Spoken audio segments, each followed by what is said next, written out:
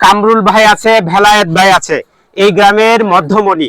এখানে যে একাত্মবদ্ধ দেখতে পাচ্ছেন যে মানুষগুলো, এরা কিসের জন্য একাত্মবদ্ধ হয়েছে? একটাই মেইন উদ্দেশ্য, এই গ্রাম থেকে মাদক নির্মূল করা। এই ঐক্য একটা এমন একটা মেসেজ দিচ্ছে, এই গ্রাম সীমন্তলা গ্রাম একটা ঐতিহ্যবাহী গ্রাম।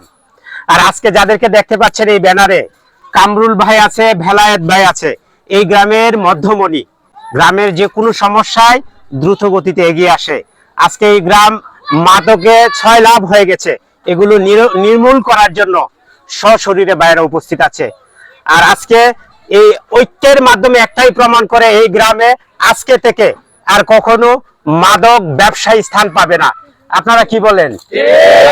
আমাদের এই গ্রামটা যারা মাদক যারা ব্যবসা করে এবং মাদকে যারা খাচ্ছে এবং যারা যারা উশৃঙ্খল করতেছে, জুয়ার বিরুদ্ধে আমরা এটা সমূলে নিরসন করার জন্য আজকের এই আমাদের এই অনুষ্ঠান। এই গ্রামের আগামী দিনে আমি সর্বোচ্চ যারা আমাদের গ্রামের মানুষ আছে তাদেরকে ঐক্যবদ্ধ আমি দেখতে চাই, এবং আমাদের গ্রামে যারা যুবক ভাইরা আছে আমরা সকলে ঐক্যবদ্ধ থাকবো। এবং শুধু মাদক নয়, আমাদের এই গ্রামের আগামী দিনে যত উন্নয়ন কর্মসূচি আসে সমস্ত কর্মসূচিতে ইনশাল্লাহ আমি তাদের সাথে আমি থাকবো ঐক্যবদ্ধ হয়ে।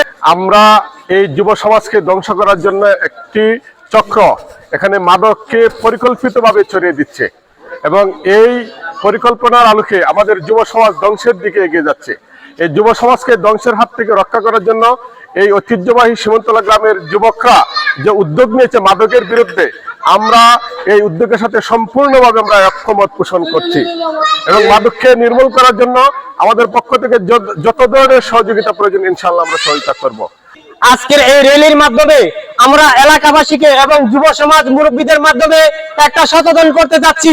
আজকের পর থেকে এই এলাকায় যদি আমরা কোনো মাদক আসক্ত ব্যক্তিদেরকে কোনো মাদক পাই এবং মাদক সেবন করে যারা মাতলামি করবে এবং দোকানপাটে অথবা এলাকার মধ্যে যদি মাদক সেবন করে মাতলামি করে, আমরা তাদের বিরুদ্ধে কঠোর ব্যবস্থা নেব ইনশাআল্লাহ।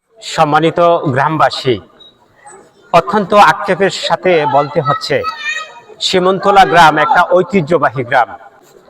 এই গ্রামের সুনাম সুনামগঞ্জ জেলার প্রত্যেকটি স্থানে আমরা খুঁজে পাই।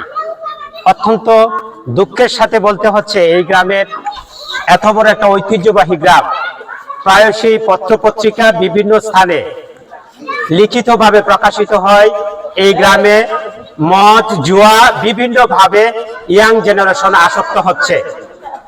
অত্যন্ত দুঃখ এবং আক্ষেপের সাথে বলতে হচ্ছে, এই গ্রামে বেলায়েত ভাইয়ের মতো লোক আছে, কামরুল ভাইয়ের মতো লোক আছে, তাদের সংস্পর্শে তাদের সহযোগিতায় অতি সহজেই তাদেরকে আইন এবং প্রশাসনের হাতে হস্তগত করা যায়।